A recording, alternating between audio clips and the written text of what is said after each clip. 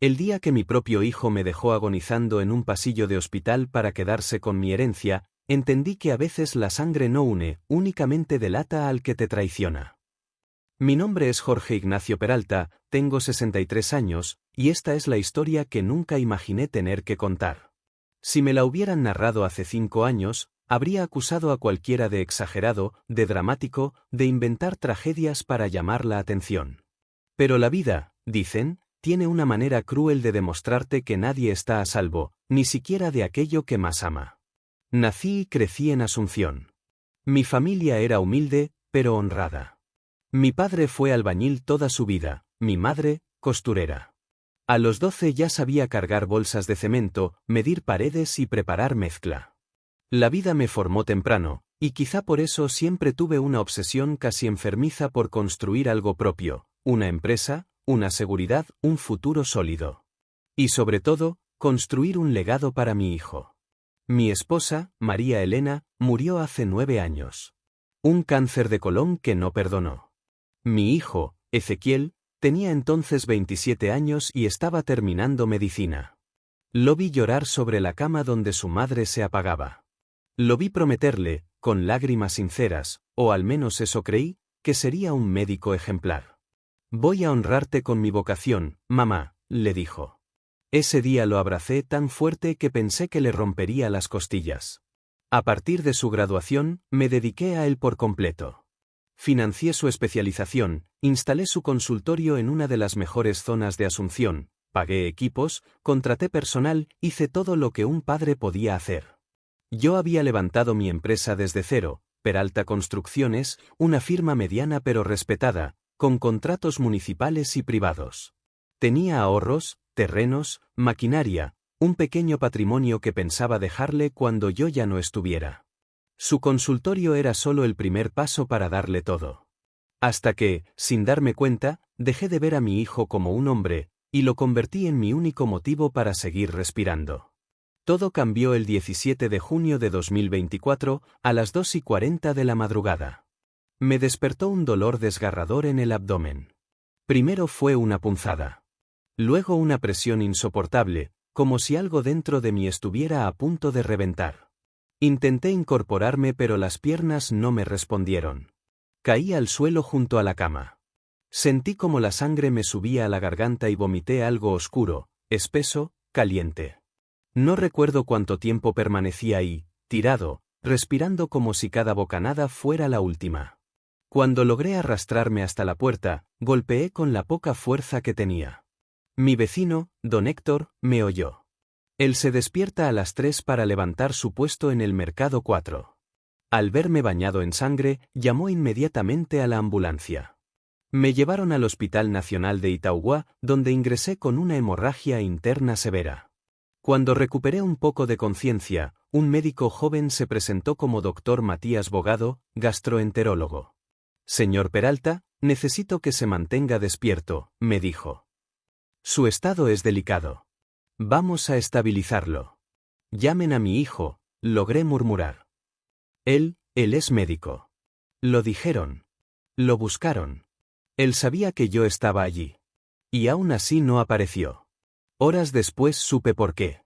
Mientras me preparaban para una endoscopía urgente, uno de los enfermeros habló sin darse cuenta de que yo estaba consciente. Ya avisamos al doctor Peralta, pero dijo que estaba ocupado en una reunión, que no iba a venir. Creí haber escuchado mal. Mi hijo, el médico que yo eduqué, el hombre a quien entregué toda mi vida, ¿no venía porque tenía una reunión? Me dolió más que la hemorragia misma. La endoscopía confirmó lo que sospecharon, una úlcera sangrante, probablemente agravada por estrés. Necesité transfusiones, suturas internas y medicación intravenosa. Cuando salí de recuperación, ya amanecía. Miré mi celular con la esperanza de un mensaje de Ezequiel. Nada. Pasaron casi 12 horas antes de que finalmente apareciera.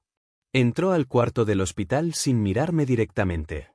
Llevaba su bata, su estetoscopio al cuello y una expresión que reconocí demasiado bien, la de alguien que no quiere hablar, la de alguien que teme ser descubierto. Papá, dijo, forzando una sonrisa fría. Me dijeron que tuviste un susto. ¿Un susto? Le respondí con la voz áspera y débil. Casi me muero. Se encogió de hombros, como si estuviera tratando con un desconocido. Ya estás mejor ahora. Fue solo una úlcera. Nada grave. El doctor Bogado, que justo entraba con mi historial clínico, lo escuchó y frunció el ceño. Con todo respeto, colega, le dijo, su padre llegó con una hemorragia masiva. Fue grave. Y estuvo a punto de entrar en shock. Ezequiel se puso rígido. No le gustaba que lo corrigieran. Mucho menos delante mío. Sí, doctor, respondió fingiendo calma. Igual, ya está controlado. No me miró a los ojos. Y yo ya empezaba a comprender por qué. 3 días después, mientras seguía internado, llegó hasta mí el golpe que me cambiaría la vida. Los contadores de mi empresa me llamaron alarmados. Don Jorge, necesitamos hablar con urgencia. Encontramos movimientos sospechosos en varias cuentas. Transferencias grandes a nombre de su hijo. Cuando pedí detalles, me quedé helado. Más de $180.000 habían desaparecido de mis cuentas empresariales durante el último año. Movidos en tramos pequeños, camuflados como gastos médicos, como compras de insumos, como pagos a proveedores que jamás existieron. El beneficiario final siempre era el mismo. Ezequiel Peralta. Esa noche no pude dormir. No por el dolor físico, sino por la traición que empezaba a revelarse en fragmentos escalofriantes. ¿Había usado mi dinero para comprar equipamiento médico? ¿Para ampliar su consultorio? ¿Para invertir? Ojalá hubiera sido eso. Lo que descubrí después, lo que estaba por salir a la luz, superaría cualquier sospecha y destruiría todo lo que yo creía saber sobre mi propio hijo. Pero eso pertenece a la siguiente parte. La mañana siguiente amaneció pesada, húmeda y con un silencio que me oprimía más que el dolor abdominal. Ya me habían retirado la vía central y comenzaba dieta líquida, pero el verdadero peso no estaba en mi cuerpo, sino en la cabeza. Me quedé mirando el techo largo rato, tratando de entender en qué momento mi vida se había desviado tanto, cómo era posible que yo, que siempre fui un hombre cuidadoso, trabajador y desconfiado, hubiera criado a alguien capaz de saquearme a mis espaldas. El doctor Bogado entró para revisarme. Ese muchacho tenía una forma de mirar que transmitía una tranquilidad que yo necesitaba. ¿Cómo amaneció, don Jorge?, preguntó mientras revisaba mis signos vitales. Confundido, le contesté. Pero respirando. Asintió con un gesto sereno. Eso ya es una victoria. Cuando usted llegó, no creí que pasaría de la noche. Agradecí con un movimiento leve. Él dudó unos segundos antes de hablar otra vez.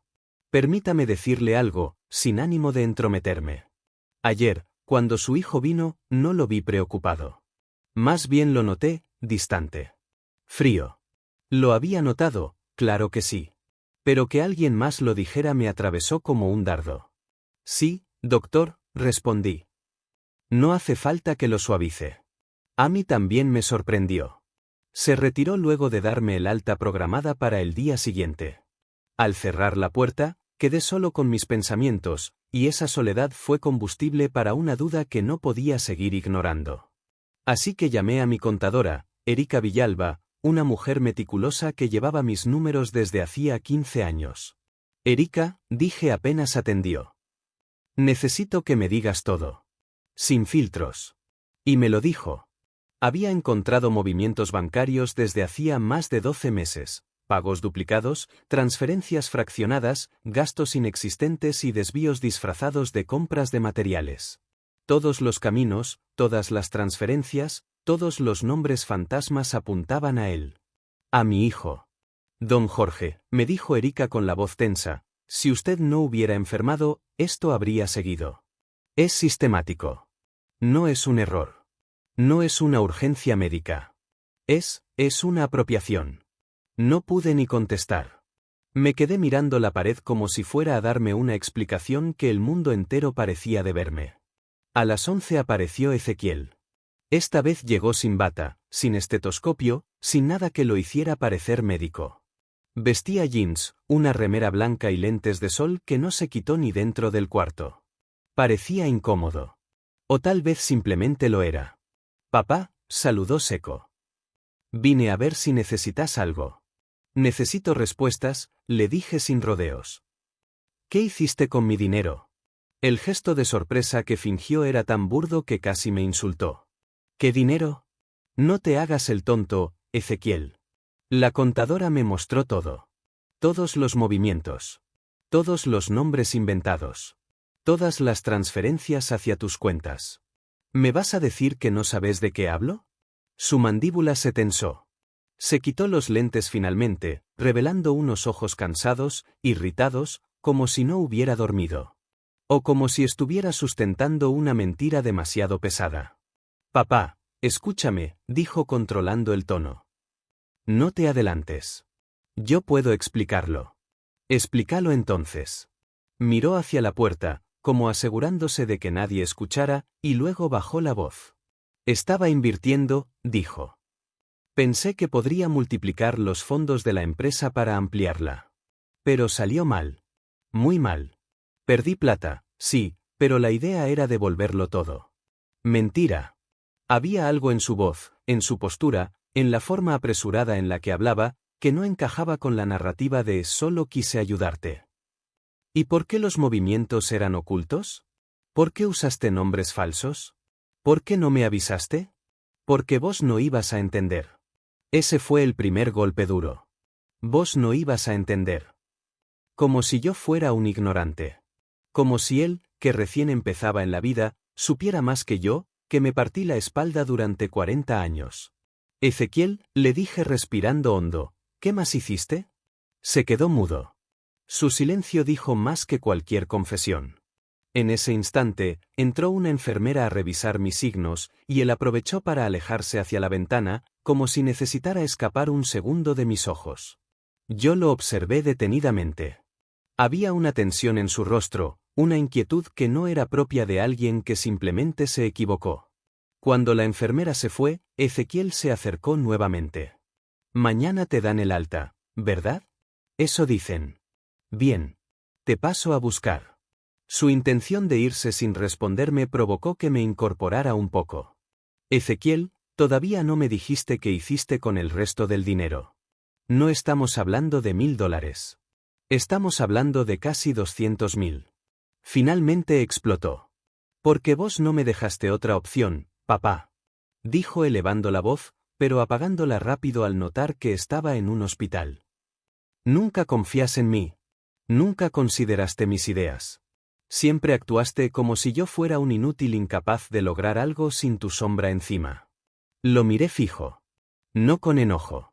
Con esa tristeza profunda que solo un padre puede sentir cuando reconoce que algo en su hijo se ha torcido más allá de lo reparable. Ezequiel, dije lentamente. ¿En qué te metiste? Se pasó la mano por el cabello, desesperado, y me dio la respuesta que marcaría el inicio de una verdad mucho más oscura de lo que esperé. No puedo contártelo acá, murmuró. Mañana, cuando salga tu alta, hablamos bien. Y se marchó sin esperar mi respuesta. Lo vi caminar por el pasillo con pasos nerviosos, casi ansiosos, como quien carga una bomba que puede estallar en cualquier momento. Cerré los ojos. Sentí un vértigo que no tenía que ver con mi estado físico. Era una certeza creciente de que lo que estaba por descubrir no tenía nada que ver con malas inversiones. Era algo más. Mucho más. Y yo, a mis 63 años, estaba a punto de enfrentar una verdad que cambiaría no solo mi relación con mi hijo, sino el rumbo completo de mi vida. La mañana siguiente amaneció pesada, espesa, con un silencio que parecía presagiar algo oscuro. Me desperté en la habitación del hospital con la sensación de que el aire se había vuelto más denso, como si costara más respirarlo. Quizás era el miedo, quizás la incertidumbre, o tal vez, aunque aún no lo sabía, el principio del derrumbe de una verdad que había sostenido durante toda mi vida, que mi hijo, el doctor Ezequiel Peralta, era un buen hombre. Ese día me visitó el doctor Miguel Rivarola acompañado de una especialista en neurología, la doctora Patricia Báez, una mujer de ojos firmes y voz suave, pero con ese tipo de autoridad que uno reconoce de inmediato. Don Jorge, empezó ella, queremos revisar con usted los resultados de los estudios. No vamos a darle rodeos. Asentí, apretando los dedos contra la sábana. Su condición es perfectamente tratable, continuó. pero nos llama la atención el tiempo sin diagnóstico. Los síntomas que usted describe no empezaron hace semanas. Son señales progresivas que un médico responsable habría identificado fácilmente. Sentí que me golpeaban el pecho desde adentro. ¿Está diciendo que alguien lo sabía? Pregunté, aunque ya intuía la respuesta. Sí.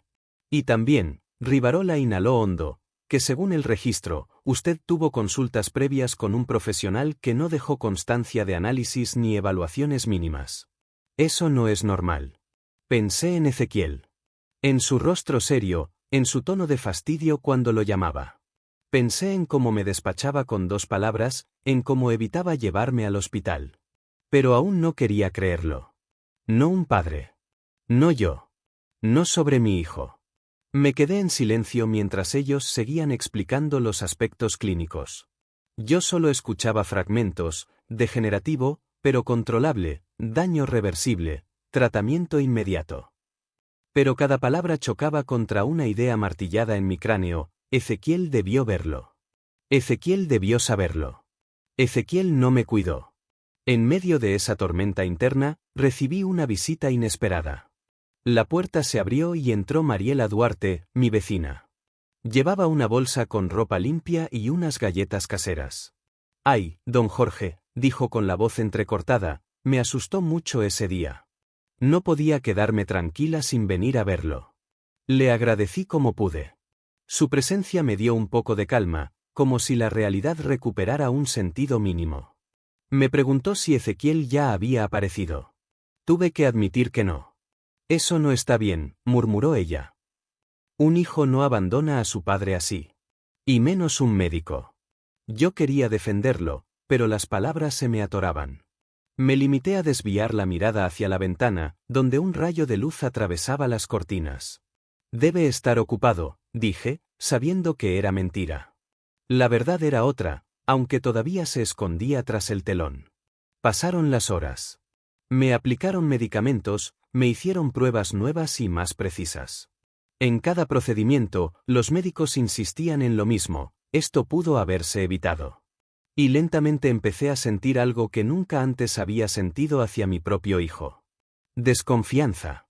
Al atardecer, el doctor Rivarola volvió, esta vez con una carpeta gruesa bajo el brazo. Se sentó a mi lado con un gesto extraño, a medio camino entre la cortesía profesional y una especie de prudencia casi personal. «Don Jorge», comenzó, «necesitamos hablar de algo delicado». Sentí como se me tensaban los hombros. «¿Del tratamiento?», pregunté. Negó con la cabeza. «No. De la información que encontramos en su historial clínico». Abrió la carpeta y estiró algunas hojas impresas sobre la bandeja metálica junto a mi cama. En ellas había registros de controles médicos previos, supuestamente hechos por mi hijo. Pero no cuadraba nada. Las fechas estaban incompletas, algunas firmas no eran de él o no eran iguales a las que yo conocía, y ciertos valores de laboratorio eran literalmente imposibles. «Creemos que estos informes fueron adulterados», dijo Rivarola. «No sabemos con qué intención, pero sí podemos asegurar que no corresponden a estudios reales. Y lo más delicado es que usted nunca tuvo un tratamiento adecuado en meses. Alguien no hizo su trabajo, o no quiso hacerlo». No pude respirar por un instante. Me quedé mirándolo como si no hubiera entendido. Pero entendía. Lo entendía demasiado bien. «Doctor», mi voz salió temblorosa, «¿usted está diciendo que mi hijo hizo esto?». Rivarola no respondió de inmediato. Bajó la mirada, como si buscara una forma más suave de decirlo. Pero no había suavidad posible. «Los registros están a su nombre, don Jorge». Él era el médico responsable. Sentí que el mundo se me derrumbaba. No dije nada. No podía. Era una mezcla de vergüenza, rabia, incredulidad, sobre todo, un dolor tan profundo que parecía un puñal hundiéndose despacio. ¿Por qué? ¿Por qué haría algo así? ¿Para qué mentir en informes médicos? ¿Para evitar que yo fuera un caso complicado que pudiera afectar su reputación? ¿Para no cargar con un padre enfermo? ¿Para proteger una imagen? Las preguntas me daban vueltas, sin respuesta. Cuando el doctor se retiró, quedé solo en la habitación. Solo en el sentido más brutal de la palabra. Un silencio denso llenó el lugar. Ese silencio que aparece cuando uno se da cuenta de que la persona que más amó puede haberlo traicionado de la manera más baja. Caía la noche cuando finalmente sonó mi teléfono. Era un mensaje de Ezequiel. Lo abrí con manos temblorosas. Papá, no puedo ir hoy. Estoy con un caso importante. No hagas drama. Después hablamos. No hagas drama. Esa frase me desgarró. Me hizo reaccionar. Me hizo entender. Mientras yo luchaba contra una enfermedad que él debió haber tratado meses atrás, él estaba más preocupado por no manchar su nombre, por no perder tiempo, por mantener esa imagen de médico brillante que tanto alimentaba. Me quedé mirando el mensaje largo rato. Y ahí lo decidí. No podía quedarme callado. No iba a dejar que me arrebataran la dignidad. Y sobre todo, no iba a permitir que siguiera haciendo esto con nadie más. Esa noche, por primera vez en mi vida, sentí que tenía que enfrentar a mi propio hijo. No como padre, sino como un hombre que exige verdad. Y eso, sería solo el comienzo. No pude dormir esa noche. Me daban vueltas en la cabeza las palabras del doctor Rivarola, los informes adulterados, las fechas que no coincidían, las firmas torcidas. Era como si estuviera leyendo la confesión muda de una traición. A las 3 de la madrugada me senté en la cama y me quedé mirando la pared blanca del hospital, iluminada por la luz tenue del pasillo. Sentí un cansancio distinto, no físico, sino moral, como si una parte de mí se desmoronara lentamente. Me pregunté muchas veces qué había hecho mal como padre. ¿En qué punto perdí a mi hijo? ¿Dónde se torció su camino? Recordé al pequeño Ezequiel corriendo por el patio, con las rodillas llenas de tierra y la sonrisa más franca que un niño puede tener. Recordé cuando me decía que quería ser doctor para ayudar a la gente como en la tele. Recordé cuando lloró por primera vez frente a un examen difícil. Y luego recordé cómo fue cambiando con los años, cómo se volvió más frío, más distante, más obsesionado con el éxito, con los títulos, con ser admirado. Quizás el error fue confundir orgullo con permisividad. Nunca lo presioné, pero siempre lo celebré. Tal vez celebré demasiado.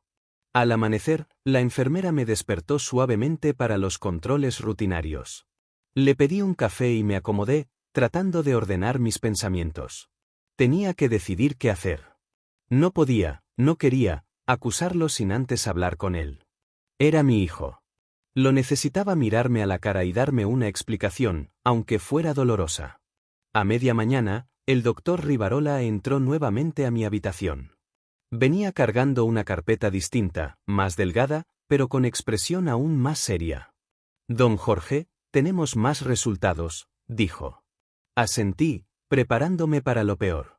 Su diagnóstico es claro, estábamos en los límites de un daño neurológico mayor.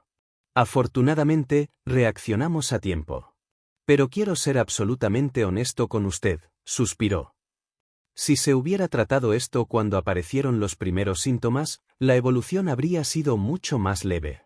Yo ya lo sabía, pero necesitaba escucharlo de forma directa.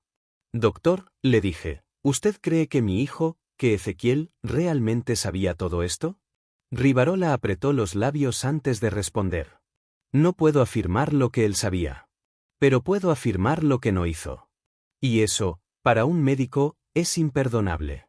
Sentí que me tragaba una ola de vergüenza. No por mí, sino por él. Por lo que se estaba convirtiendo.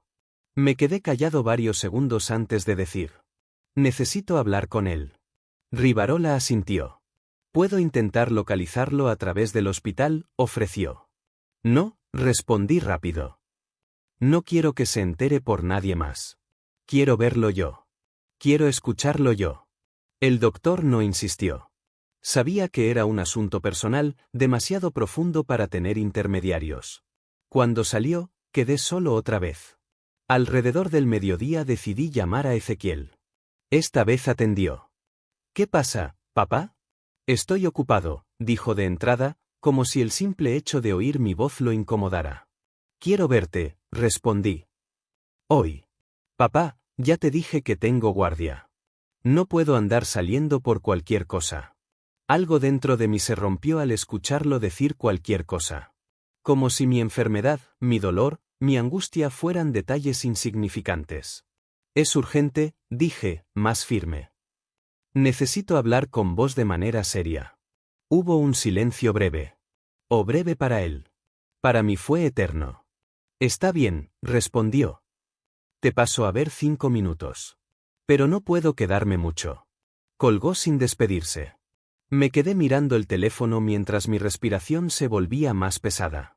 No sabía qué iba a decirle. No sabía cómo enfrentarlo sin quebrarme.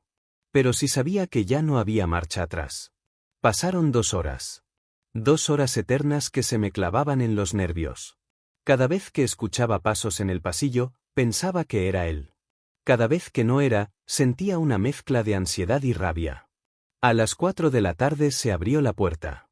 Ezequiel entró con su típica postura altiva, el uniforme perfectamente planchado, la mirada brillante y fría como el vidrio. No llegó solo.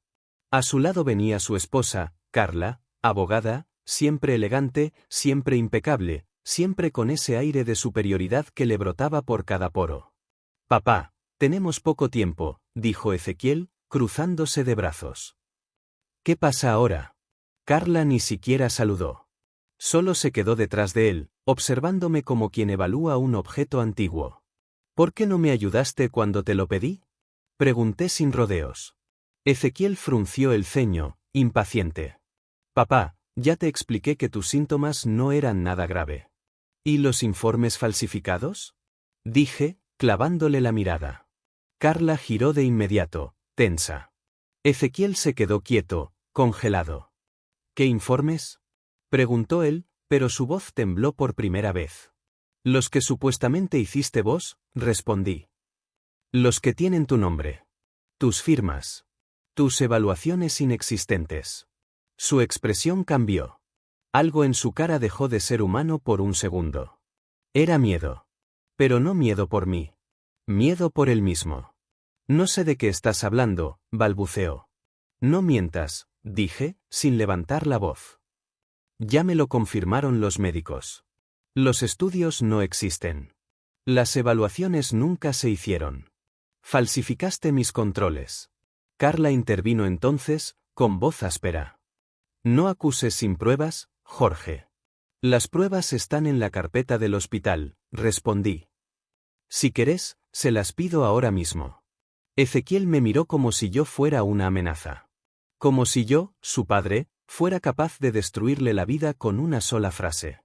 Y quizá, desde su perspectiva, así era. Papá, dijo al fin, no armemos un escándalo. Estas cosas se pueden arreglar. ¿Arreglar? Pregunté, dolido. ¿Arreglar que casi me dejaste morir? Ese fue el punto exacto en el que su máscara cayó. No podía atenderte, soltó abruptamente. Tenía trabajo. Tenía responsabilidades. Tenía que proteger mi carrera. Sentí un latigazo en el pecho. ¿Y mi vida? Pregunté con voz quebrada. No respondió. Porque la respuesta ya estaba en su silencio. Porque en ese instante entendí, sin ningún margen de duda, que mi hijo había preferido su prestigio antes que mi salud. Que eligió su imagen antes que mi vida. Que yo, su padre, no había sido más que un estorbo en su camino hacia el éxito. Esa tarde, mientras él y Carla se marchaban sin despedirse, supe que algo dentro de mí había muerto para siempre. Y también supe que lo que venía después sería una batalla más grande de lo que jamás imaginé. La puerta se cerró detrás de Ezequiel y de Carla con un golpe seco, casi insultante. No miraron atrás. Ni una palabra. Ni un gesto humano. Nada. Como si mi dolor no fuera más que un simple contratiempo en sus agendas. Como si yo, el hombre que los había ayudado tantas veces, ya no tuviera valor alguno. Y ahí quedé, sentado en la cama del hospital, con la bata abierta y una soledad tan grande que me parecía oírla respirar. Sentí un temblor en las manos. No sé si fue rabia, tristeza o una mezcla cruel de ambas. Lo único claro era que ya no podía mentirme, mi hijo había cruzado un límite del que no habría retorno. Por primera vez en mi vida, pensé algo que siempre temí pensar: Ezequiel no me quería. No como un hijo debe querer a un padre. La enfermera entró para controlarme la presión y me encontró con los ojos húmedos. No dijo nada. Solo apoyó una mano en mi hombro. Ese simple gesto valió más que todas las palabras vacías que mi hijo no me había dicho. Tranquilo, don Jorge, susurró. Usted no está solo. Agradecí el gesto, pero sabía que en cierta forma sí estaba solo. Porque la soledad más dura no es la física, es la de sentirse traicionado por la sangre propia. En las horas siguientes, hice un esfuerzo enorme por ordenar mis pensamientos. Necesitaba claridad. Necesitaba entender cómo había llegado a ese punto. El doctor Rivarola volvió en la tarde con nuevos resultados y un plan de tratamiento más estable. Yo escuchaba todo con atención, pero mi mente estaba dividida, una parte quería concentrarse en mi salud, la otra en el desastre emocional que acababa de vivir. Cuando Rivarola terminó de explicarme los medicamentos y las terapias, me miró fijamente. Don Jorge, ¿está seguro de que está bien? Lo noto preocupado. No quise cargarlo con mis asuntos familiares. Bastante hacía ya por mí. Estoy procesando varias cosas, doctor, respondí. Pero voy a estar bien. Bueno, dijo él. Y recuerde que si necesita hablar con el equipo social del hospital, están disponibles. No tiene que llevar esto solo. Eso me hizo pensar. El hospital tenía asistentes sociales, psicólogos, pero también equipos legales para casos de negligencia médica. No dije nada en ese momento, pero una idea empezó a gestarse en mi mente, tímida, como una chispa pequeña. ¿Y si esto que me pasó no era solo un error familiar? ¿Y si había sido un acto profesionalmente delictivo? Dejé ese pensamiento reposar mientras intentaba descansar. Esa noche, cuando todo el hospital quedó en silencio, volví a intentar dormir. En lugar de eso, recordé detalles que antes había ignorado. Como Ezequiel me decía que no necesitaba estudios porque tenía todo bajo control. Cómo se molestaba cuando yo insistía en un análisis. Cómo me despachaba con diagnósticos rápidos y sin revisarme. Como Carla siempre intervenía diciendo que un hombre debe aguantar y que yo era demasiado dramático. Con cada recuerdo, la chispa se hacía fuego. No era negar un síntoma. No era minimizar un mareo. Era negligencia grave. Era abuso de poder. Era ministerio de salud. Era delito. Y no solo eso, si Ezequiel falsificó mis informes, probablemente había falsificado otros. ¿Cuántos pacientes más estarían en peligro por su irresponsabilidad? ¿Cuántas vidas habían estado confiando en un médico que priorizaba su imagen antes que la salud de la gente? Me dolió pensarlo. Me dolió imaginar que quizá mi hijo no solo me había fallado a mí, sino a mucha más gente. Al amanecer, tomé una decisión que me costó el alma, tenía que denunciarlo. No por venganza. No por castigo. Sino porque alguien tenía que detenerlo antes de que hiciera más daño. Si yo lo cubría, si yo guardaba silencio, sería cómplice. Y ese peso sería más insoportable que cualquier enfermedad. Pedí el teléfono y llamé a un hombre en quien confiaba profundamente, Gonzalo Ramírez, viejo amigo y abogado de la familia, un hombre serio, recto y de palabra firme. Jorge, ¿qué pasó? Preguntó al responder, percibiendo mi tono. Gonzalo, necesito que vengas al hospital, dije. Es sobre mi hijo. Un silencio pesado cruzó la línea. Voy enseguida, respondió sin hacer preguntas. Llegó en menos de una hora. Se sentó frente a mí, con ese gesto suyo que mezcla preocupación y discernimiento. Le conté todo. Desde los síntomas iniciales hasta los informes falsificados. Desde la indiferencia de Ezequiel hasta la confrontación del día anterior. Gonzalo escuchó sin interrumpir, solo asintiendo lentamente, tomando nota mental de cada detalle. Cuando terminé, respiró profundo y dijo: Jorge, lo que me contaste es grave. Muy grave. Esto no es un problema familiar. Es un delito penal. Sentí una puñalada en el pecho, pero sabía que tenía razón. Quiero hacer lo correcto, Gonzalo, dije con voz baja. Quiero evitar que le pase esto a alguien más. Él asintió con una mezcla de dolor y respeto. Entiendo. Y voy a ayudarte. Pero prepárate. Esto no va a ser fácil. Va a haber repercusiones. Tu hijo va a negarlo todo. Su esposa también. Y mucha gente va a opinar. ¿Estás seguro de seguir adelante? No respondí enseguida. Miré por la ventana. Afuera, un grupo de estudiantes de enfermería caminaba por el patio, riendo, conversando, soñando con salvar vidas. Pensé en cómo mi hijo alguna vez fue como ellos y en cómo se había desviado tanto del camino. Sí, Gonzalo, dije al fin. Estoy seguro. Entonces, dijo él, poniéndose de pie, mañana mismo presentamos la denuncia. Justo cuando iba a despedirse, la puerta se abrió. Era doña Mariela, mi vecina, con una bandeja de sopa casera. Cuando Gonzalo salió, ella me miró con ternura. ¿Cómo estás, don Jorge?, preguntó. La miré sin poder evitar la verdad. Voy a denunciar a mi hijo. Ella dejó la bandeja en la mesa, se acercó y me abrazó con una delicadeza que casi me desarmó. Haga lo que tenga que hacer, dijo. A veces, proteger la verdad duele más que una herida física. Pero es lo que corresponde. Y en ese instante entendí que no solo estaba luchando por mí, sino por todos los que confiaron alguna vez en mi hijo. Por todos los que aún podían resultar dañados. Por lo que quedaba de mi dignidad. Por lo que quedaba de mi conciencia. Y porque, aunque me partiera el alma, la verdad debía salir a la luz. A la mañana siguiente, cuando todavía no había terminado mi desayuno hospitalario, Gonzalo llegó puntual, con una carpeta estrictamente organizada bajo el brazo. Su rostro tenía ese gesto serio que usa cuando sabe que lo que está por hacerse requiere coraje. Se sentó junto a mi cama sin perder tiempo. Jorge, me dijo, traje todo lo necesario para radicar la denuncia. La haremos formalmente ante el Ministerio Público Fiscal. Pero antes, quiero repasar contigo cada punto para que no haya dudas. Respiré hondo. Era extraño ver mi vida reducida a papeles, a fechas, a informes manipulados, a decisiones médicas que casi me cuestan la vida. Pero debía enfrentarlo. Parte por parte. Sin omitir nada. Mientras Gonzalo revisaba cada detalle, el nudo en mi estómago se apretaba.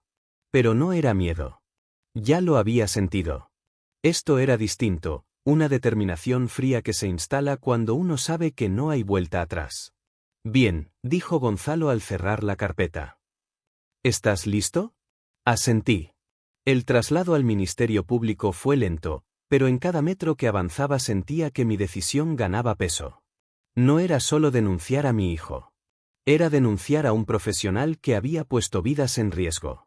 Era enfrentar un sistema que muchas veces cubre a los suyos. Era exponer un daño que llevaba años gestándose en silencio. Cuando llegamos, la fiscal que nos recibió, la doctora Natalia Cabrera, nos escuchó con una seriedad que agradecí. Nada de minimizar, nada de dudas, nada de burocracia vacía. Quería hechos, quería documentos, quería pruebas. Y Gonzalo las tenía todas.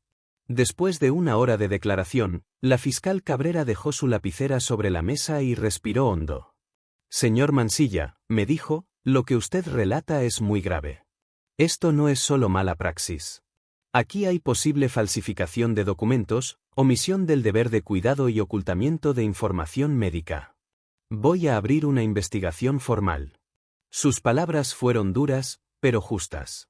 Me aferré al borde de la mesa. ¿Qué pasa ahora?, pregunté. Vamos a solicitar los historiales clínicos del consultorio de su hijo. Haremos entrevistas a pacientes, pediremos auditorías al Ministerio de Salud y activaremos un protocolo interno en el colegio médico. Le advierto, este caso tendrá repercusión. Repercusión. Esa palabra me atravesó. Sabía que desde ese momento todo cambiaría. Ya no habría silencios familiares. Ya no habría apariencias. Ya no habría más mentiras. Solo verdad.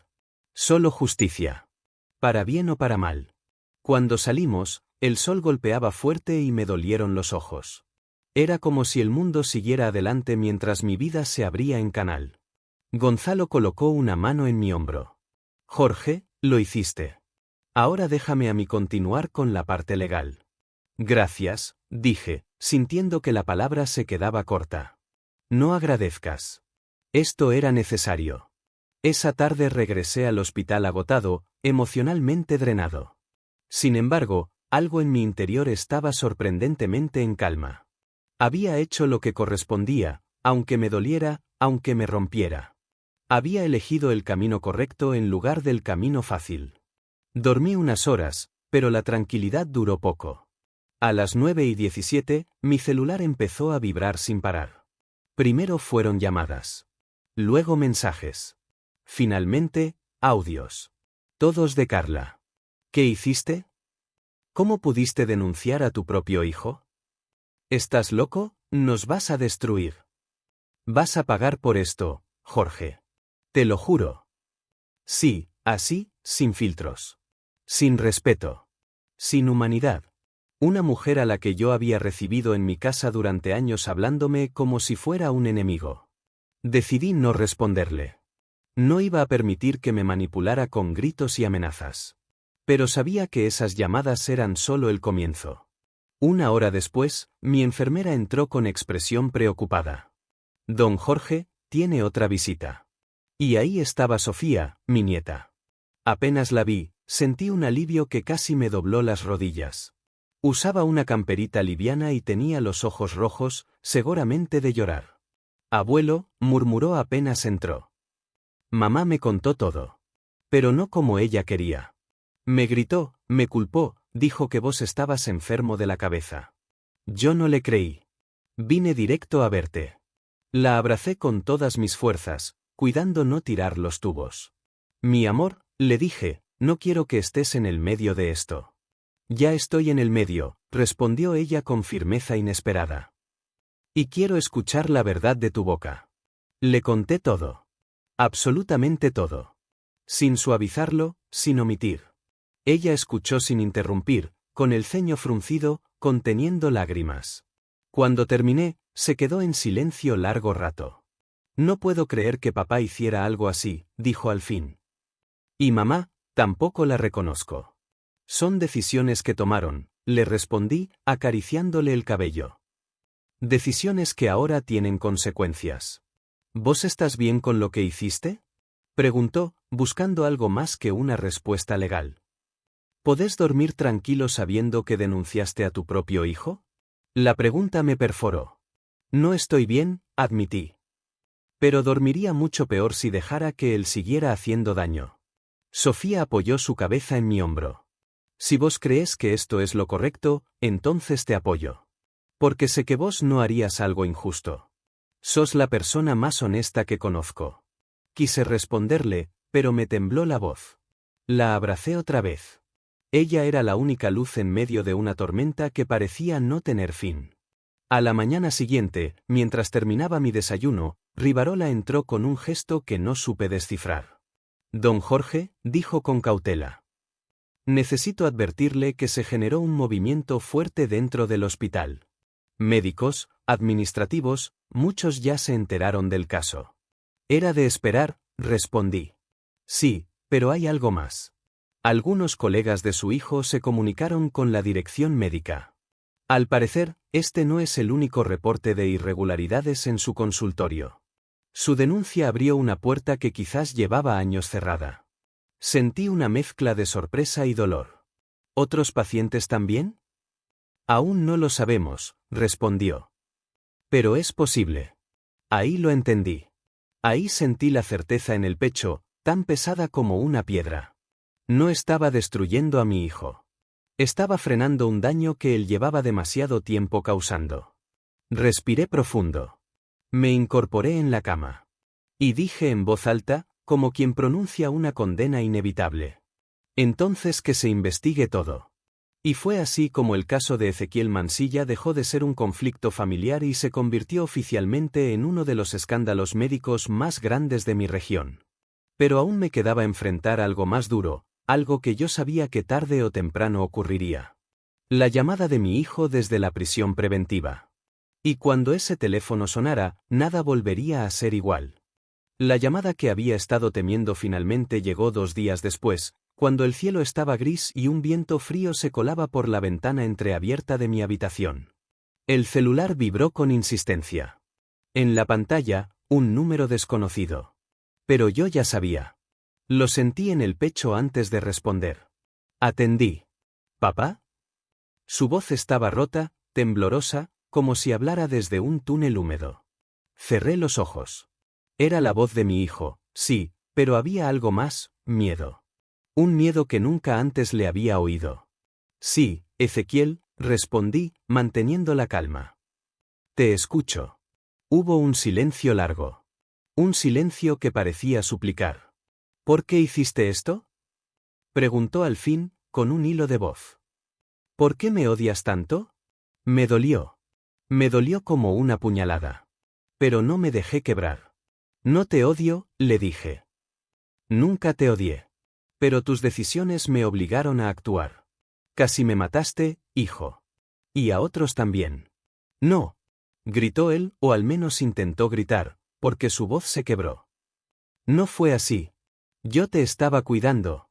Vos no entendés la presión que tenía encima. Presión. Siempre la misma excusa. Siempre la culpa en algo externo, nunca en el mismo. Ezequiel, interrumpí. Tenías mi historia clínica en tus manos. Sabías lo que necesitaba. Sabías cómo manejar mi caso. Y aún así elegiste engañarme. Elegiste darle prioridad a tu imagen, a tu prestigio, me mordí los labios, a tu orgullo. El silencio de su lado se volvió tenso. Papá, dijo con un tono más bajo, necesito que retires la denuncia. Por favor. Los fiscales están exagerando. Vos sabés que yo soy un buen médico. No lo sos, hijo, respondí con una franqueza que jamás pensé que tendría que usar. Un buen médico no manipula pruebas. No descarta síntomas graves. No deja a su padre tirado para irse a un congreso. No inventa diagnósticos. Y, sobre todo, un buen médico no pone vidas en riesgo por dinero ni prestigio. Entonces lo escuché llorar. Mi hijo, el hombre que siempre quiso demostrar fuerza, lloraba como un niño detrás del teléfono. Papá, no puedo estar acá. No puedo. No sé qué hacer. Ayúdame. Por favor. Me dolió. Es imposible describir cuánto duele escuchar el derrumbe de un hijo que uno mismo crió. Pero esa compasión que me golpeaba el pecho no era razón para traicionar la verdad. Ezequiel, le dije, con firmeza pero con cariño, te voy a ayudar. Pero no como vos querés. No retirando nada. No escondiendo nada. Te voy a ayudar haciendo lo correcto. Porque eso es lo que siempre intenté enseñarte. Su llanto estalló más fuerte. No. Vos me estás hundiendo. Me arruinaste. Arruinaste mi matrimonio, mi carrera, todo. ¿Para qué? ¿Para hacerte la víctima? Ahí entendí que todavía no asumía nada. Todavía buscaba culpables afuera. Todavía se veía como un mártir. Pero lo que más me dolió fue escuchar cómo la voz de mi hijo se convertía, poco a poco, en la de un extraño. Ezequiel, dije, tragando un nudo, yo no te destruí. Vos solito cavaste este pozo. Y si querés salir, vas a tener que aceptar lo que hiciste. Otra vez silencio. Y entonces, su voz cambió de golpe. No era tristeza. No era miedo. Era resentimiento. Vas a pagar por esto, viejo. Te lo juro, murmuró. No voy a olvidar lo que me hiciste. La línea se cortó. El pitido vacío que quedó después se sintió como un puñal caliente atravesándome el pecho. Me quedé mirando el celular, inmóvil, como si todavía pudiera desandar lo dicho. Pero no. La vida no retrocede. Y menos en momentos como ese. Me quedé en silencio largo rato, respirando despacio para no marearme. Sabía que esa llamada sería un antes y un después, pero nunca imaginé que doliera tanto. No era el enojo lo que me atormentaba. Era la certeza de que mi hijo ya no era el hombre que yo creía haber criado. Al poco tiempo, Rivarola entró a mi habitación para revisarme signos vitales, pero apenas me vio la cara se quedó quieto. ¿Qué pasó, don Jorge? Está blanco. Me llamó Ezequiel, dije, intentando sonar tranquilo. Rivarola suspiró, bajando los brazos. ¿Y cómo fue? Lo miré. Y supe que no tenía caso ocultar nada. Un desastre, admití. Está furioso. Y asustado. Y no entiende nada. Los que caen desde arriba, caen fuerte, respondió el doctor con una sabiduría seca. A veces reaccionan así. La negación es lo primero. Asentí. No tenía fuerzas para seguir hablando. Rivarola tomó mis signos, me acomodó la almohada y salió sin agregar más. Pasé el resto del día en silencio, tratando de ordenar las emociones que me golpeaban como olas. Pero cuando cayó la tarde, Sofía apareció nuevamente, con el pelo recogido y una campera liviana. Abu, dijo apenas entró, quiero que me cuentes todo lo que te dijo papá. No quería cargarla con eso, pero ella insistió. Sofía tenía esa mezcla de sensibilidad y fortaleza que solo se ve en quienes fueron empujados a madurar antes de tiempo. Le relaté la conversación palabra por palabra. Sus ojos se humedecieron, pero no lloró. Mantuvo la cabeza en alto, con la mandíbula apretada. No puedo creerlo, susurró. Papá no entiende nada. No se da cuenta de que él creó todo esto. Le va a llevar tiempo, respondí. ¿Y vos? Me preguntó. ¿Cómo te sentís? Pensé en mentirle. Pensé en decir que estaba bien, que la justicia seguía su curso, que yo estaba en paz. Pero Sofía merecía la verdad. Estoy cansado, le dije. Triste. Me duele verlo así. Pero también sé que hice lo correcto. Y aunque él se enoje, aunque me odie por un tiempo, prefiero eso a ser cómplice de algo tan grave. Ella asintió despacio, respirando hondo. Después me tomó la mano. Abuelo, pase lo que pase, yo estoy con vos. No voy a dejarte solo. Sus palabras fueron un bálsamo que necesitaba sin saberlo. Le apreté la mano y cerré los ojos, permitiéndome sentir un pequeño alivio en medio del caos. Pasamos un rato charlando de cosas más livianas, intentando recuperar algo de normalidad. Pero cuando ella se fue, la habitación volvió a llenarse de ese silencio denso que deja un huracán cuando ya pasó. No pude evitar preguntarme en qué momento exacto mi hijo se había torcido. ¿Dónde había fallado yo? Si había señales que no quise ver, o si él había escondido demasiado bien la oscuridad que llevaba dentro. Me pregunté eso hasta que me dormí. Y cuando desperté a la mañana siguiente, un nuevo capítulo del desastre ya me estaba esperando. Porque apenas amaneció, la fiscal Cabrera me envió un mensaje urgente. Habían surgido nuevos pacientes denunciando a Ezequiel. Lo que yo había iniciado ya no podía detenerse. El caso tomaba fuerza. Y ahora sí, el país entero empezaba a mirar. El mensaje de la fiscal Cabrera me llegó temprano, apenas terminé de tomar el café. Lo abrí con manos temblorosas, porque ya conocía el peso de sus palabras. Nuevos pacientes habían presentado denuncias contra Ezequiel, cada una describiendo maniobras médicas sospechosas, cirugías innecesarias y cobros irregulares. Era como si cada denuncia anterior hubiera abierto la puerta para que los demás hablaran. El cúmulo de testimonios comenzaba a formar un patrón aterrador. Llamé de inmediato a Gonzalo, mi abogado, para analizar la situación. Su voz al otro lado del teléfono era tranquila, pero pude sentir la preocupación que trataba de ocultar. Don Jorge, dijo, esto cambia bastante la dinámica. Antes teníamos casos aislados, pero ahora parece un patrón reiterado. Si la fiscal insiste en que esto es sistemático, las penas podrían ser más severas. Necesitamos documentar todo y asegurarnos de que todas las pruebas estén en orden. Asentí, aunque él no podía verme.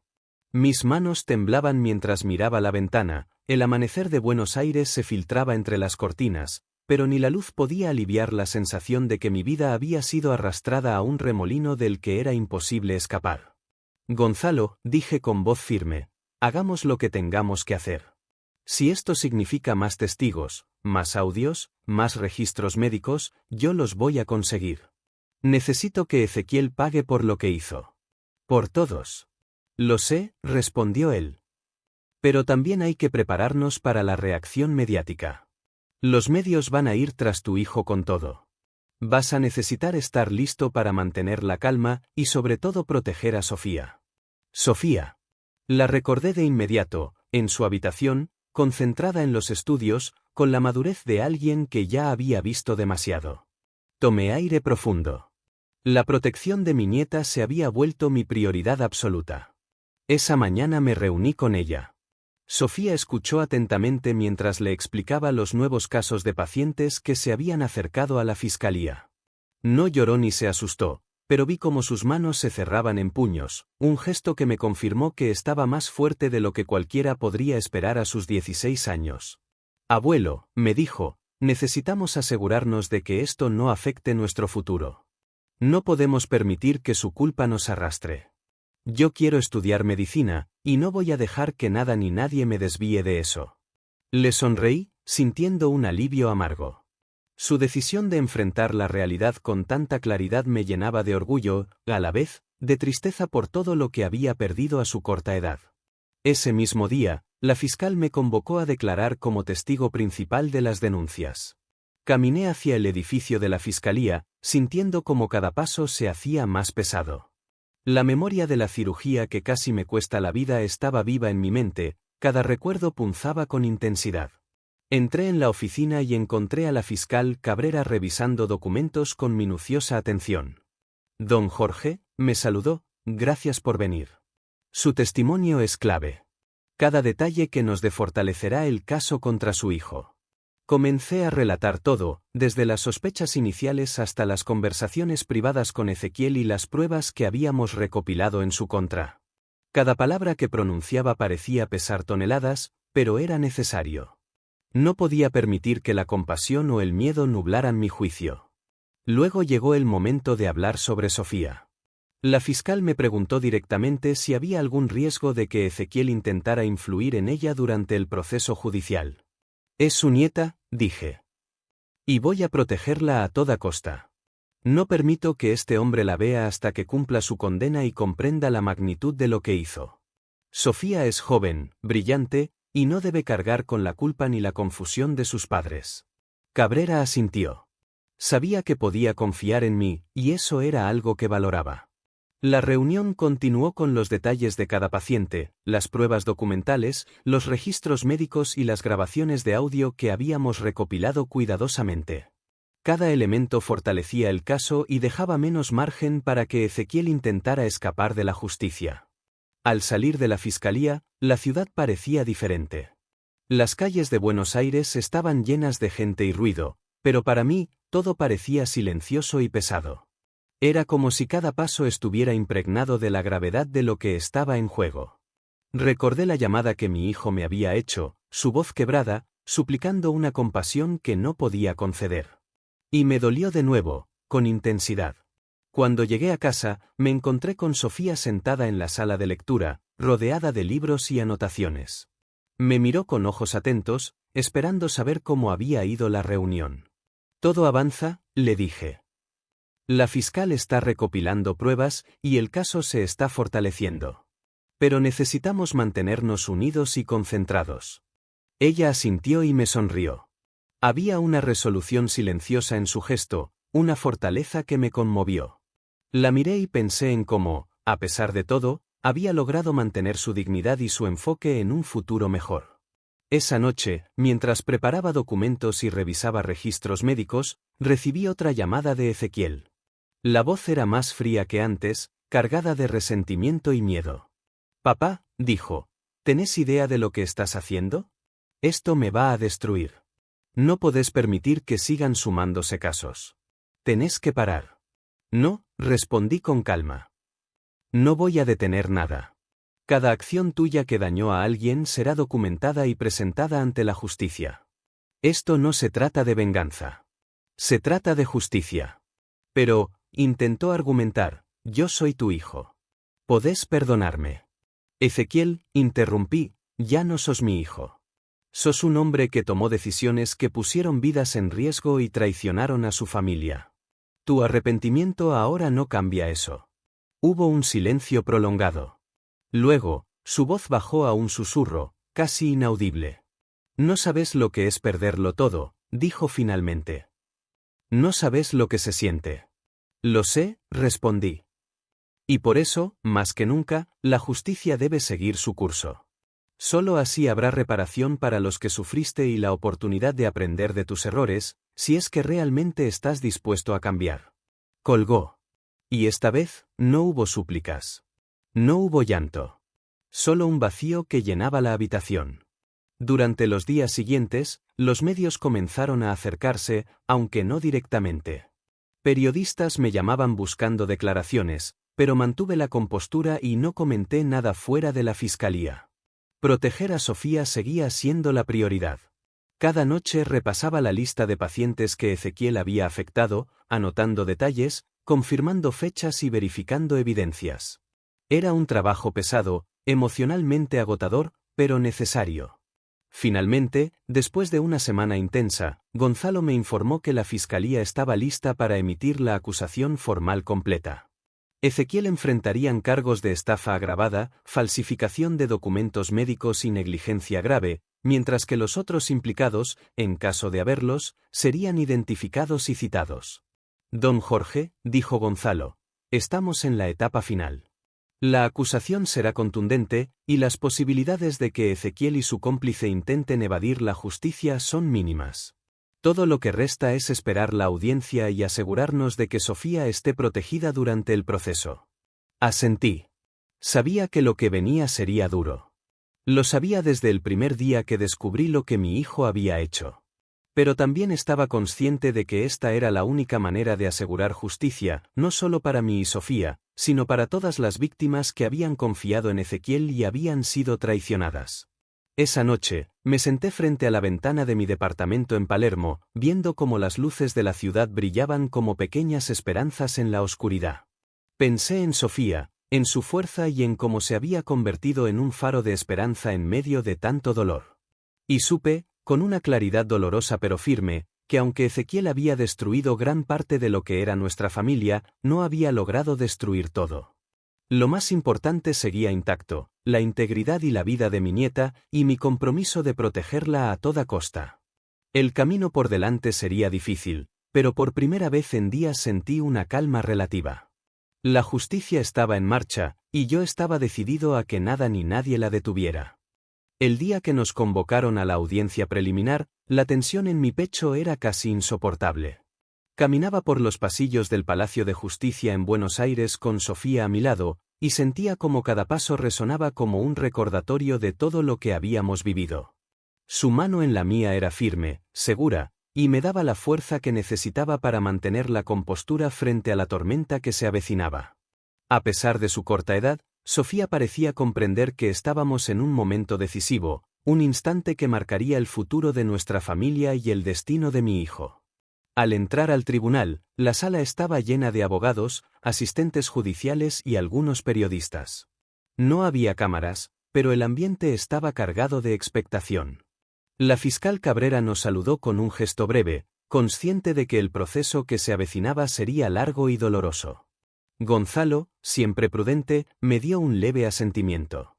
Sabía que confiaba en mi palabra y en mi testimonio, pero también entendía la presión que estaba ejerciendo la presencia de mi hijo en el otro extremo de la ciudad.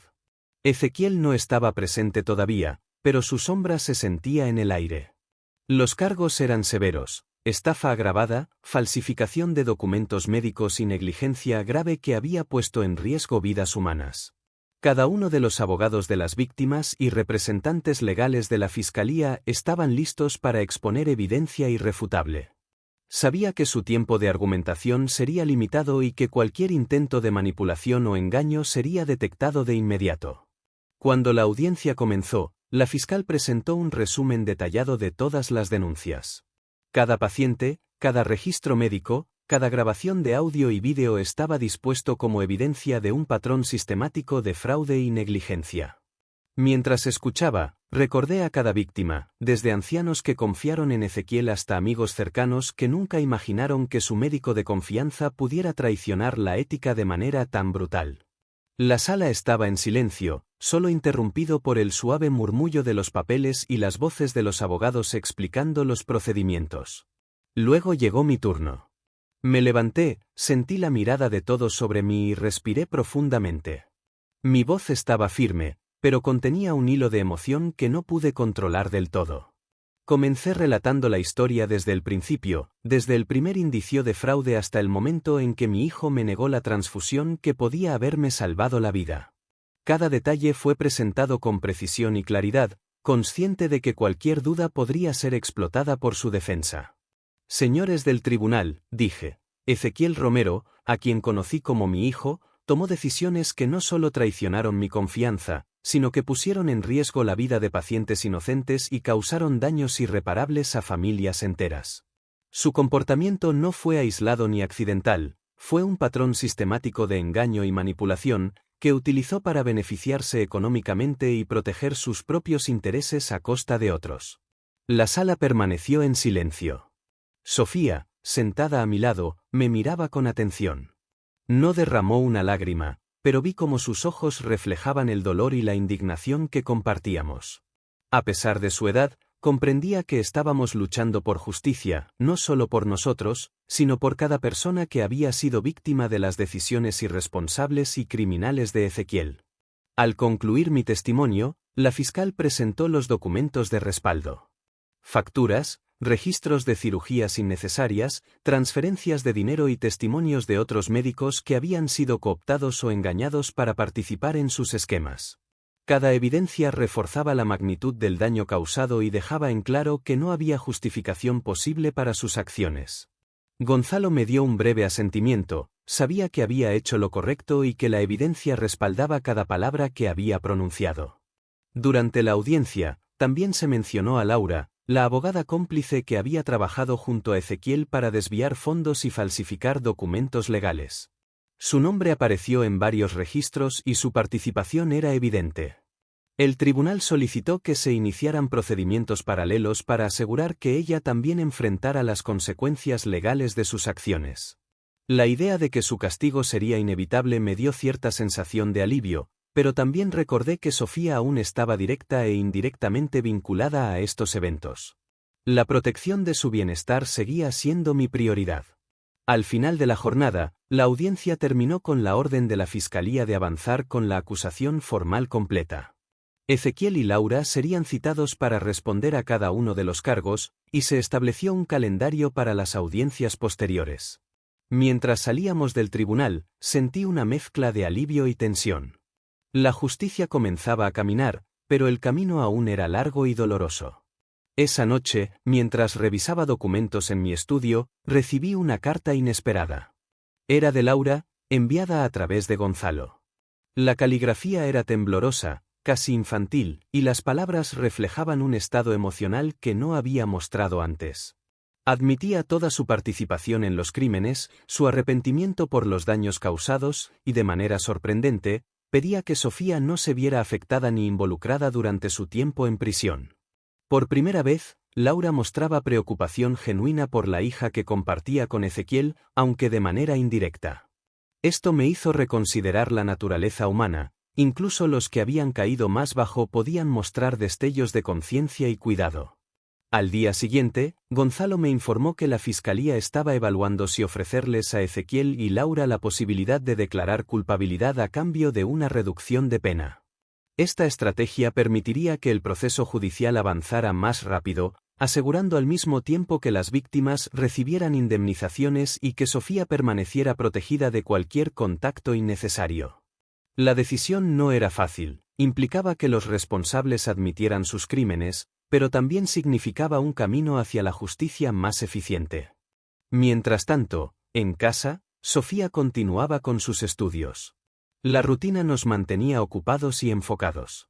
Me sentía orgulloso de ella, de su madurez, su claridad y su determinación de seguir adelante pese a todo lo vivido. Cada día, cada conversación y cada pequeño gesto reforzaban mi certeza de que habíamos hecho lo correcto al enfrentar la verdad, sin importar cuán dolorosa fuera. Una tarde, recibí otra llamada de Ezequiel. Esta vez, su tono era más calmado, pero cargado de frustración. Me imploraba que intercediera para suavizar las consecuencias legales, prometiendo que compensaría a todas las víctimas y que no volvería a acercarse a Sofía. Su desesperación era evidente, pero yo ya había tomado mi decisión, no habría intervención de mi parte, no habría protección de su ego a costa de la justicia. Cada palabra que pronunciaba solo confirmaba su incapacidad para comprender plenamente las repercusiones de sus actos. Ezequiel, le dije con voz firme, la única manera de reparar el daño es asumir tu responsabilidad. No busques atajos ni favores. La justicia se encargará de ti, y eso es lo que corresponde. Sofía no tiene nada que ver con tus errores, y voy a protegerla de cualquier intento de manipulación. Colgó sin replicar. Había una mezcla de impotencia y resignación en su silencio. Por primera vez, parecía entender que las decisiones tienen consecuencias irreversibles. Los días siguientes estuvieron llenos de preparación legal y reuniones con la fiscalía. Cada detalle debía ser revisado, cada evidencia corroborada, cada testigo informado y preparado para declarar. Gonzalo me guiaba en cada paso, asegurándose de que no se cometiera ningún error que pudiera debilitar nuestro caso. Sabía que cada decisión era crucial, que cada acción podría afectar no solo el resultado legal, sino también la estabilidad emocional de Sofía. Al finalizar otra jornada intensa, me senté frente a la ventana de mi departamento y observé cómo la ciudad comenzaba a iluminarse con las luces de la noche. Pensé en todo lo que habíamos perdido y ganado, la traición de mi hijo, la corrupción de su cómplice, pero también la fortaleza y la madurez de Sofía, que representaban nuestra verdadera victoria. Comprendí que aunque el camino hacia la justicia aún era largo, estábamos más cerca que nunca de lograrla, y que la verdad, por dolorosa que fuera, siempre encuentra su camino.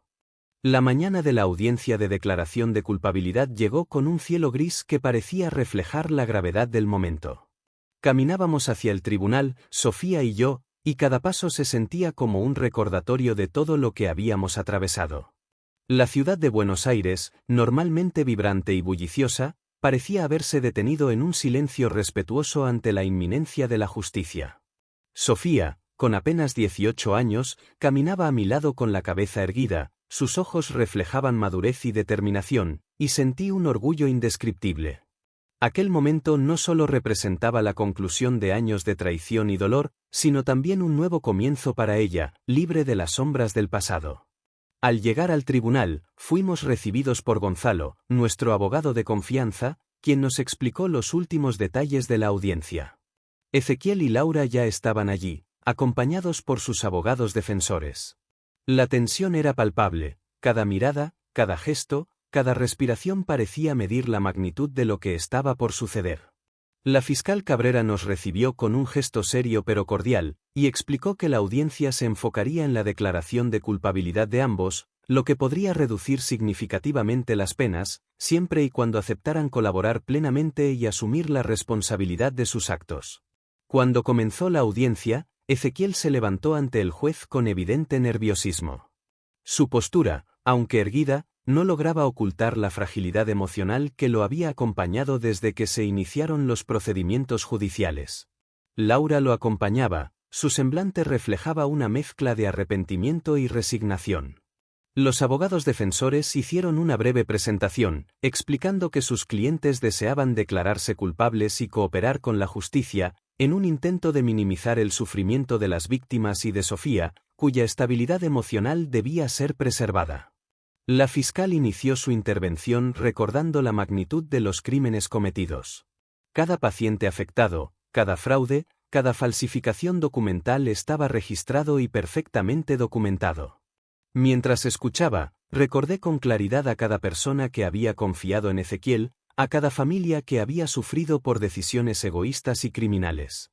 La sala estaba en silencio absoluto. Incluso los asistentes más jóvenes se mostraban conmovidos por la gravedad de los hechos.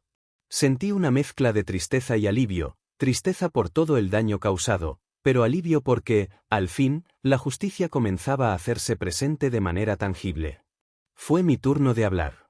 Me levanté y miré al juez, respirando profundamente antes de comenzar. Mi voz estaba firme, clara, pero llevaba consigo un hilo de emoción que no pude contener por completo. Relaté la historia desde mi perspectiva, enfatizando la traición de mi hijo y la complicidad de Laura. Hablé de los fraudes, de las cirugías innecesarias, de los fondos desviados, y sobre todo, de la falta de ética y humanidad que habían caracterizado sus acciones. Cada palabra era medida y precisa, consciente de que la credibilidad y la claridad eran esenciales para asegurar que la justicia se cumpliera. Señoría, dije, Ezequiel Romero, a quien una vez conocí como mi hijo, traicionó no solo la confianza de su propia familia, sino la de pacientes que dependieron de su conocimiento y profesionalismo. Su conducta no fue un error aislado, sino un patrón sistemático de engaño y aprovechamiento que puso en riesgo vidas y arruinó familias. La colaboración que hoy muestra es tardía, pero necesaria para la reparación del daño y para asegurar que otras personas no sufran de la misma manera. Al concluir mi testimonio, la fiscal presentó la evidencia completa: registros médicos, facturas de procedimientos innecesarios, testimonios de pacientes afectados y audios que demostraban la planificación deliberada de los fraudes.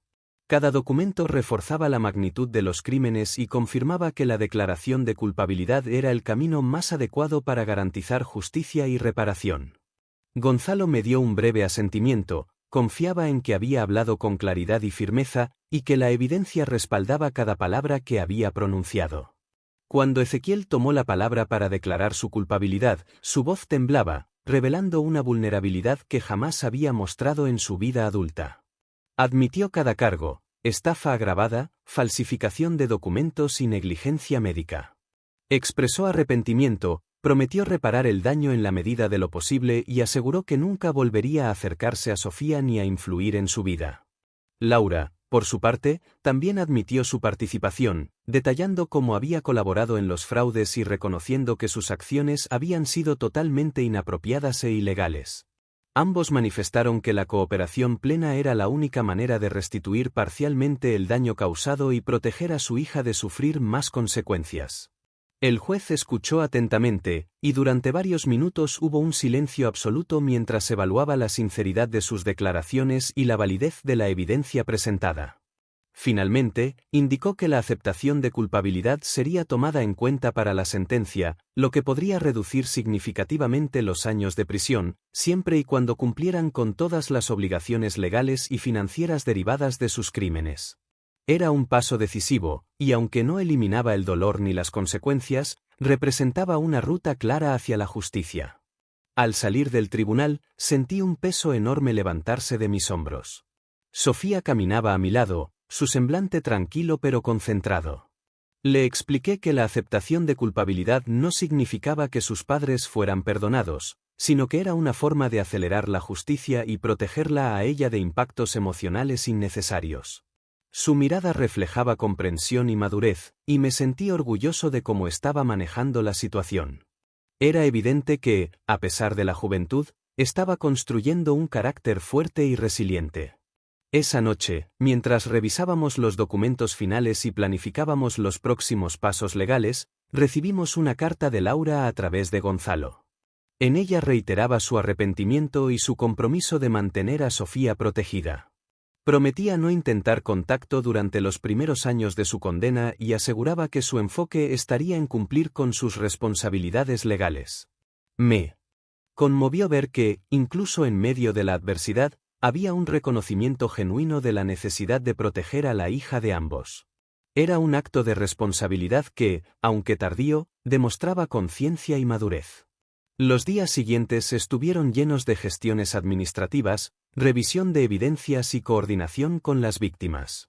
Cada acción, cada reunión y cada decisión estaba encaminada a garantizar que las indemnizaciones se realizaran de manera justa y que Sofía no se viera involucrada en el proceso penal de sus padres más de lo necesario. La logística era compleja, pero Gonzalo estaba meticuloso y eficiente, asegurándose de que cada paso fuera correcto y seguro. Mientras tanto, Sofía retomaba sus estudios con una disciplina admirable. A pesar de la tensión que la rodeaba, su enfoque en la escuela y en sus metas futuras era ejemplar. Me sorprendía cada día su capacidad de balancear la madurez emocional con la vitalidad típica de su edad. En cada conversación, en cada momento de cercanía, quedaba claro que la adversidad había reforzado su carácter y su determinación de construir un futuro mejor, libre de las sombras del pasado. Una tarde, mientras revisaba correos electrónicos y documentos legales, recibí un mensaje de Ezequiel. Esta vez no era un ruego desesperado, sino una expresión de reconocimiento de su responsabilidad y un compromiso de cumplir con todas las obligaciones derivadas de su declaración de culpabilidad. Me recordaba que la vida era un proceso de aprendizaje y que, aunque había tomado decisiones irreparables, estaba dispuesto a enfrentar las consecuencias de manera honesta. Le respondí con firmeza: su tiempo para arrepentimientos y promesas había comenzado, pero no habría indulgencias por parte de quienes habían sido afectados por sus actos. Al final del día, mientras observaba cómo Sofía se preparaba para dormir, comprendí que la verdadera victoria no residía en el castigo de Ezequiel y Laura, sino en la capacidad de mi nieta para salir fortalecida de esta experiencia. Su resiliencia, su inteligencia y su sentido de justicia eran el reflejo de los valores que habíamos construido juntos, y la garantía de que, a pesar del daño causado por los adultos a su alrededor, ella tendría la oportunidad de construir un futuro brillante y honesto.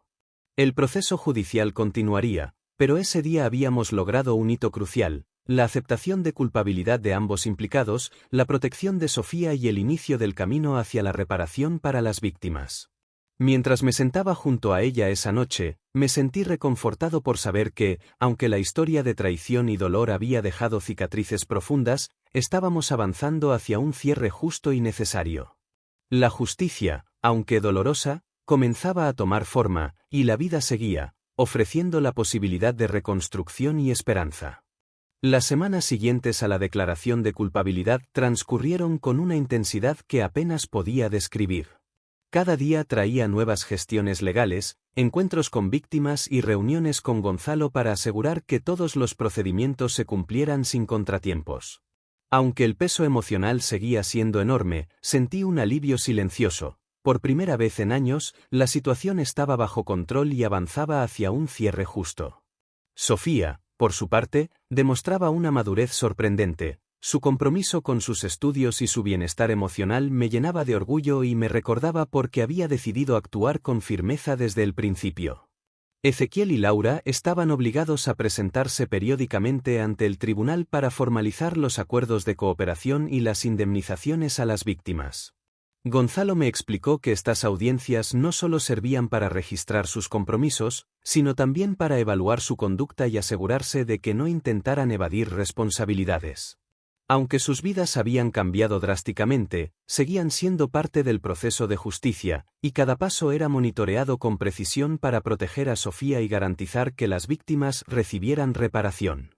Una tarde, mientras revisábamos los últimos detalles de los pagos de indemnizaciones, recibimos un llamado de doña Esperanza Cortés, la anciana víctima de la cirugía innecesaria. Su voz, cargada de emoción, me hizo recordar toda la magnitud de los crímenes cometidos. Don Miguel, dijo con un hilo de voz, gracias a su valentía, puedo finalmente sentir que mi vida tiene sentido nuevamente. Estoy estableciendo una fundación para ayudar a otros ancianos a no caer en fraudes médicos. Nunca podré agradecerle lo suficiente. Su gratitud me conmovió profundamente. Era un recordatorio tangible de que, pese al dolor, nuestras acciones habían producido un impacto positivo en la vida de otros. El Hospital Clínico de Buenos Aires implementó, como consecuencia directa del escándalo, un sistema de doble verificación para todos los procedimientos médicos no urgentes, junto con un monitoreo constante de la conducta de los médicos. Recibir la notificación de estos cambios me generó una mezcla de satisfacción y alivio. Aunque no podía deshacer el daño, al menos se estaban tomando medidas para que ningún paciente volviera a sufrir por negligencias deliberadas. Sabía que, de alguna manera, el sacrificio personal había valido la pena. Mientras tanto, Sofía comenzó a involucrarse en actividades de voluntariado, motivada por la experiencia vivida con su padre. Participaba en programas de asistencia comunitaria, ayudando a personas de escasos recursos a acceder a atención médica y orientación legal básica. Su elección de estudiar medicina comunitaria no era casualidad. Reflejaba un deseo profundo de sanar a otros y de construir un futuro basado en valores que Ezequiel había perdido en algún momento de su camino. Cada acción de Sofía me confirmaba que habíamos hecho lo correcto al protegerla de la influencia de sus padres durante su proceso de condena.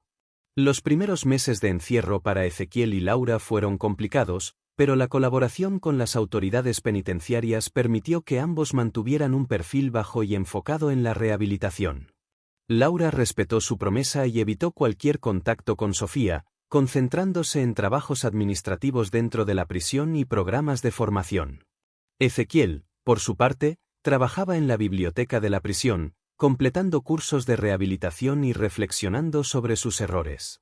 A pesar de todo, la transformación no fue inmediata. Los días de prisión fueron duros y reveladores, pero necesarios para que enfrentaran la magnitud de sus actos.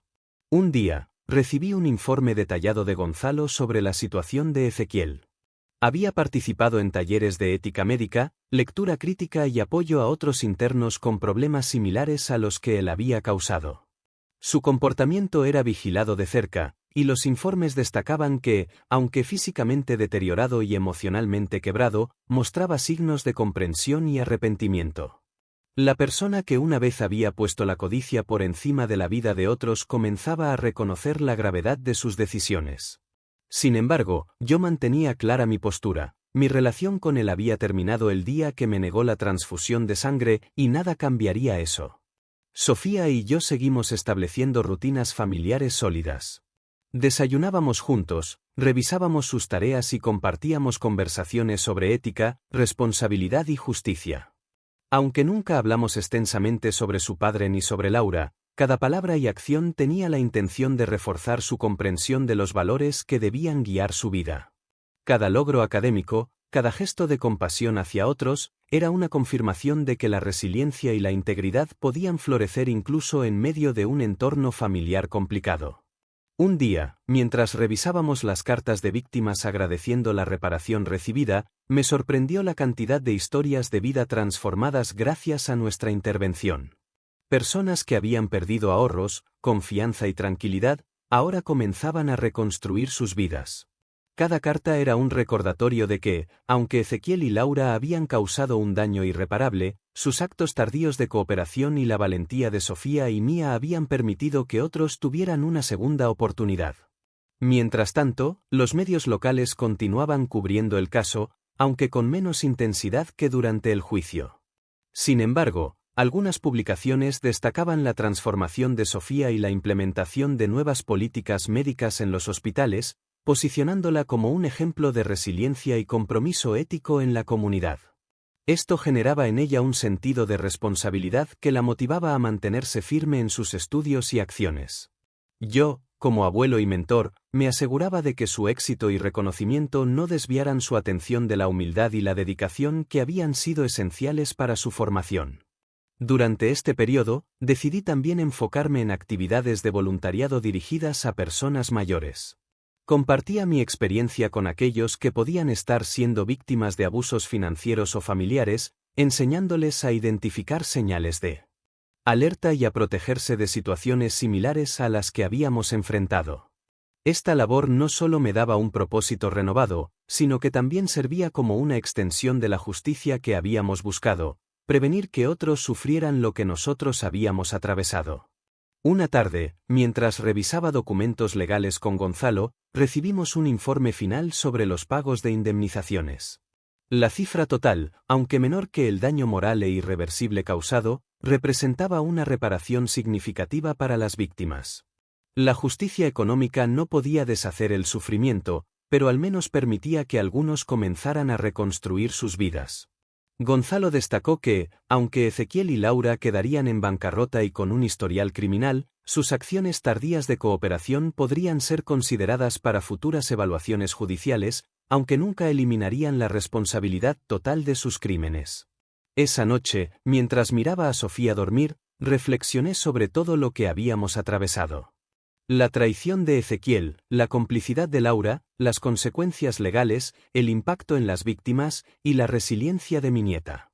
Cada experiencia había dejado cicatrices, pero también había reforzado la importancia de la integridad, la justicia y la protección de quienes no podían defenderse por sí mismos. Comprendí que, aunque el dolor nunca desaparece por completo, es posible construir un futuro basado en principios sólidos y valores inquebrantables. Con la conciencia tranquila de que Sofía estaba segura y en camino hacia un futuro brillante, me permití un momento de descanso. Sabía que los próximos años traerían nuevos desafíos, pero también oportunidades para continuar enseñándole la importancia de la ética, la responsabilidad y la compasión. La historia de Ezequiel y Laura serviría siempre como advertencia, mientras que la vida de Sofía representaba la esperanza y la promesa de que, incluso en medio de la traición más profunda, la justicia y la resiliencia pueden prevalecer. El equilibrio entre la justicia y el cuidado de Sofía se convirtió en mi misión principal. Cada acción que tomaba, cada decisión que discutía con Gonzalo, estaba guiada por el principio de proteger su bienestar y asegurar que la corrupción y la traición de sus padres no afectaran su desarrollo ni sus aspiraciones. A través de este proceso, descubrí que la verdadera fuerza no residía en el castigo, sino en la capacidad de reconstruir, enseñar y guiar a la próxima generación con valores sólidos. Han pasado casi 4 años desde aquel día en el que Ezequiel me negó la transfusión que podría haberme salvado la vida. Hoy, a mis 63 años, puedo mirar atrás y reconocer que la decisión más dolorosa de mi vida fue también la más correcta. Su arrepentimiento y el tiempo en prisión no cambiarán el pasado, pero la justicia se cumplió, y lo más importante, Sofía está a salvo, intacta en su espíritu y con un futuro brillante frente a ella. Ezequiel terminó cumpliendo exactamente 4 años en la prisión de Marcos Paz. Salió hace unos meses, demacrado, envejecido y con una humildad que nunca pensé ver en él. La prisión había quebrado su ego y su cuerpo, pero nunca he tenido la intención de reconstruir nuestra relación. Para mí, el hijo que traicionó de la manera más cruel posible murió aquel día en la clínica. La persona que me pidió perdón desde la celda comparte su nombre y rostro con mi hijo, pero es un extraño.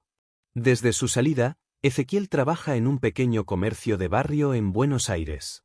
Su salario apenas cubre lo esencial, vive solo y evita cualquier contacto con su antigua vida, consciente de que sus actos lo persiguen para siempre.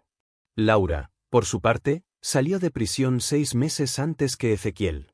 Cumplió su condena de manera ejemplar y respetó la promesa de no involucrar a Sofía. Hoy trabaja como asistente administrativa en una clínica veterinaria en el sur de la ciudad, mantiene un perfil bajo y vive sola. La separación definitiva entre ellos ha hecho que ambos reflexionen sobre la magnitud de sus errores y aprendan a aceptar las consecuencias de manera individual, sin arrastrar más a la familia de Sofía.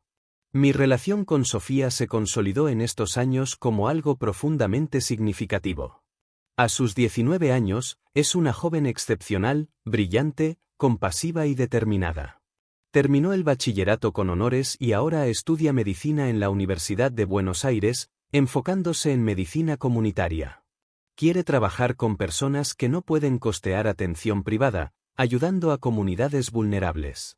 Cada vez que la veo interactuar con pacientes en prácticas, me llena de orgullo y me recuerda que la ética y la integridad pueden superar la traición y la corrupción. Sofía se ha convertido en un ejemplo de resiliencia y determinación. Mientras muchos hubieran dejado que la amargura marcara su vida, ella decidió transformar el dolor en motivación para hacer el bien. Sus padres cometieron errores imperdonables, pero ella eligió construir su camino con valores sólidos y principios claros. La ironía más grande de todo este proceso es que, indirectamente, Ezequiel y Laura le enseñaron la importancia de la integridad y la justicia, aunque de la manera más dura posible.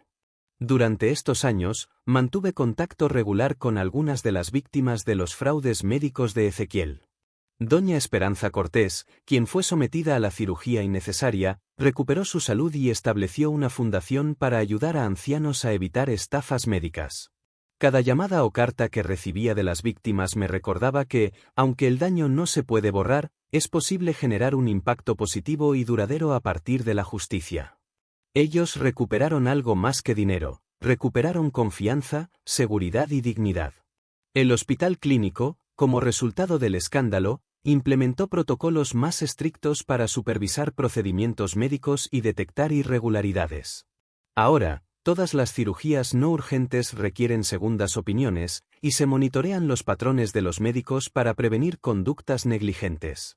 Ver que las instituciones tomaran medidas concretas me dio la certeza de que nuestra lucha había tenido un efecto transformador, más allá de los castigos individuales. Mi propia vida dio un giro inesperado. La experiencia me enseñó a valorar la justicia, la ética y la protección de los vulnerables. Hoy, a mis 63 años, trabajo como voluntario en organizaciones dedicadas a la defensa de adultos mayores y personas en riesgo de fraudes familiares o financieros. Comparto mi historia como ejemplo de que nunca es tarde para defenderse, actuar con valentía y buscar justicia, sin importar la edad o las circunstancias. Mi vida adquirió un propósito renovado, lleno de sentido y compromiso social. Hace pocas semanas, recibí una carta de Ezequiel a través de Gonzalo.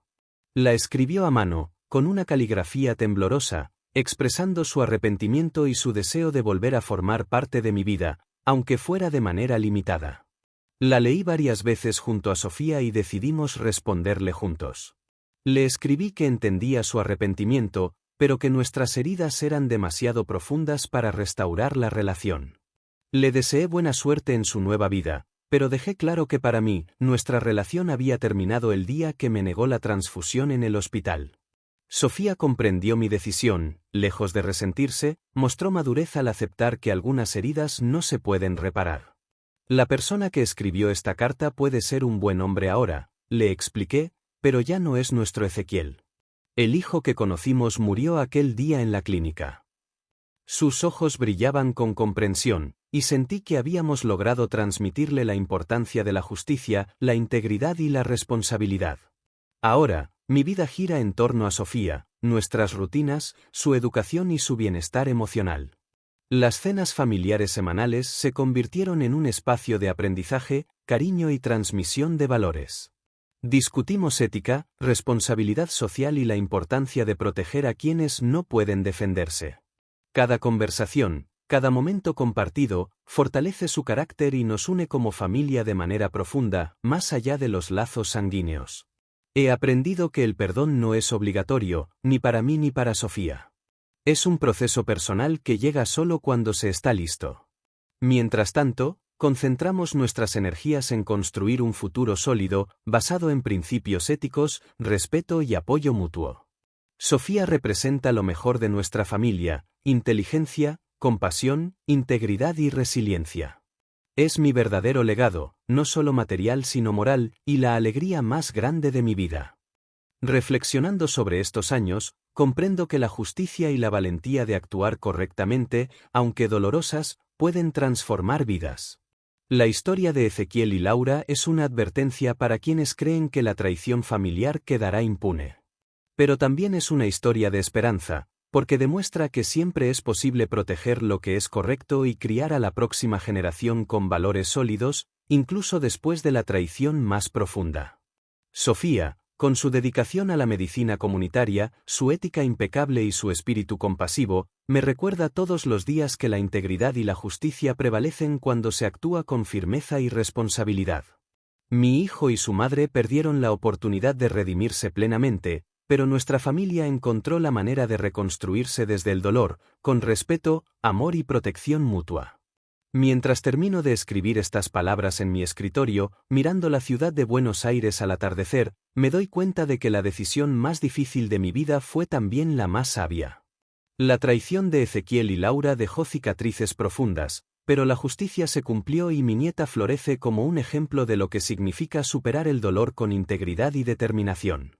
La vida continúa, y aunque algunas heridas nunca sanarán por completo, el amor verdadero, la protección de los inocentes y la transmisión de valores sólidos aseguran que el futuro sea brillante y lleno de esperanza. Sofía es la prueba viviente de que incluso en las circunstancias más oscuras, la resiliencia, la justicia y la compasión pueden prevalecer. Ella representa todo lo que es importante: la dignidad, la honestidad y la posibilidad de un futuro mejor. Mi historia con Ezequiel y Laura quedó atrás, cerrada de manera definitiva, pero lo que construimos con Sofía sigue adelante, inquebrantable y lleno de promesas. Es el legado que valió cada lágrima, cada decisión difícil y cada momento de dolor. En este momento, sentado frente a mi escritorio, puedo afirmar con claridad que la vida me ha enseñado la lección más importante: nunca subestimar el poder de la justicia, la ética y la resiliencia.